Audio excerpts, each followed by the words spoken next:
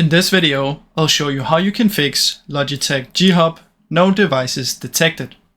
The first thing we want to try is come here and search for Device Manager, open it up, and in here you can find if you're having trouble with the mouse or if you're having trouble with the keyboard, then what you want to do is you want to open the one that you're having trouble with. So let's say it's the mouse. Then in here what you would do is you would find the mouse that you're having trouble with. So let's just pretend it's my Razer one. Then you would right click on it, update driver, and then search automatically.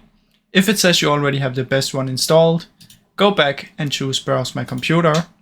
Let me pick from a list, and then you want to try and update all the ones that are in here. So choose this one next, update that one, then do it again and do this one next, then do it again and do this one next.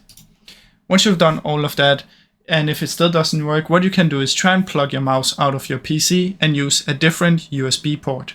So try and plug it into another one and see if that works.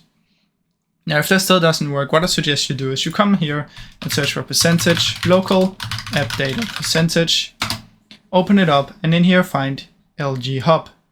Delete this folder and then search for apps and features. In here search for Logitech and delete Logitech G Hub. After you've done that, you want to head over to Google and reinstall Logitech G Hub.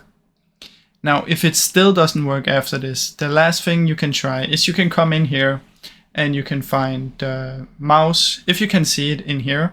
If you cannot see it in here, there's not really anything you can do from here. But if you see it in here, what you should try and do is find the mouse, right click, uninstall device, and then head up to action and scan for hardware changes. Now after you've done all of this, hopefully it should work. Now I really hope you enjoyed this video. If you did, please leave a like and subscribe, as it helps me out a ton. Thank you so much for watching.